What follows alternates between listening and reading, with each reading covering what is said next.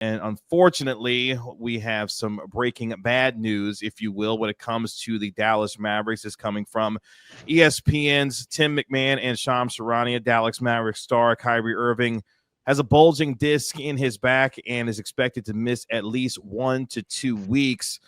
There is optimism that treatment over the coming days will provide a return to play target date for the Maverick star, who, of course, 32 years of age in his 14th season in the NBA. The Mavericks on the first night of a back-to-back tonight as they take on the Memphis Grizzlies before they welcome in LeBron James and company in the Los Angeles Lakers tomorrow night. And gentlemen, obviously it has been a difficult season for this team, a team that started 5-7, ripped off 14 of 17, now is trying to avoid a 5-game losing streak tonight when they take on Memphis. And Bobby, they'll have to start and they'll have to do it without Kyrie Irving here starting tonight and for the next potentially 1 to 2 weeks here. Yeah, Kevin, I would just like to start this conversation off with a quote from philosopher Albert Camus.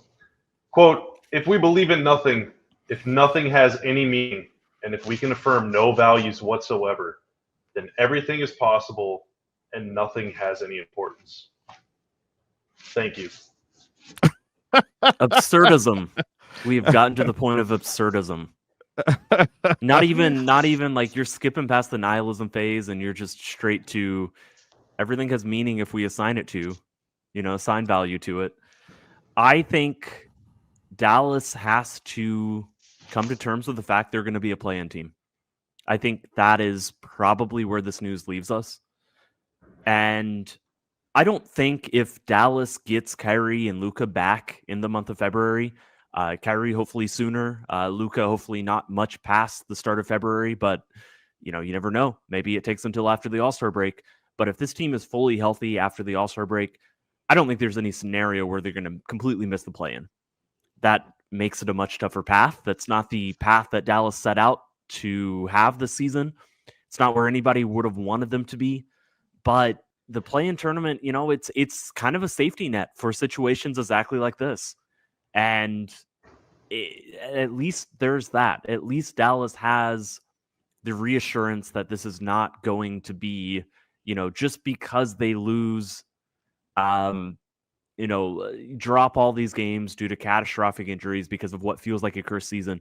They still have that safety net that I do think that they, nobody's ruling that out for them. And as long as everything works after the All-Star break, that's going to work out for them. It's just that's not a good situation to be in. And, nobody would have signed up for this. Nothing about it seemed like it was headed that direction. As Joe in the comments say, like it's setting up a first-round series against the Thunder, perhaps. Oh, my God. Which, not what you want. But, hey, like if that's your chance to prove yourself, if that's how the season plays out, that's sure better than missing the playoffs. As things stand right now, even with this bad news, I am not preparing or prepping the idea that Dallas is going to miss the play-in. Well, They're still here's the going to deal. make it there. Here's the deal. So their next, let's go over their next 2 weeks. You got a back-to-back Grizzlies and Lakers. You got to play the Nuggets twice. You got the Pelicans second night of a back-to-back.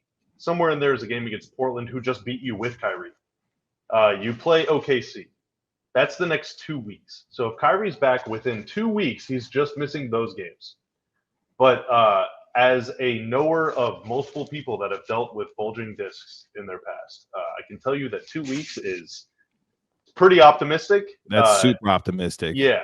And so let's just say it's 3 weeks. Then he's missing games at Charlotte versus the Wolves, at OKC versus Boston. There's a really – I don't want to be a doomer. I don't want to be a doomer, but I have to own up to what I said, Kevin, on the last postgame show. Remember, I looked at you and said they're probably going to lose almost every single game, if not every game they play without Luka and Kyrie, because they're just not – it's really hard to win without your two best players. There aren't a lot of wins over the next 2 weeks. There just aren't, unless guys are able to step up bigly. And so, like, I guess if we want to take the optimistic slant, it's all right, PJ Washington, Najee Marshall, Klay Thompson, Derek Lively, Daniel Gafford, Quentin Grimes. Like, you are now you are now the what's the word? I forget what the word is, but like you're going to decide how the season goes. Like, do you want to be a playing team or do you want to be a playoff team? Because if you want to be a playoff team, I'm gonna need to see something.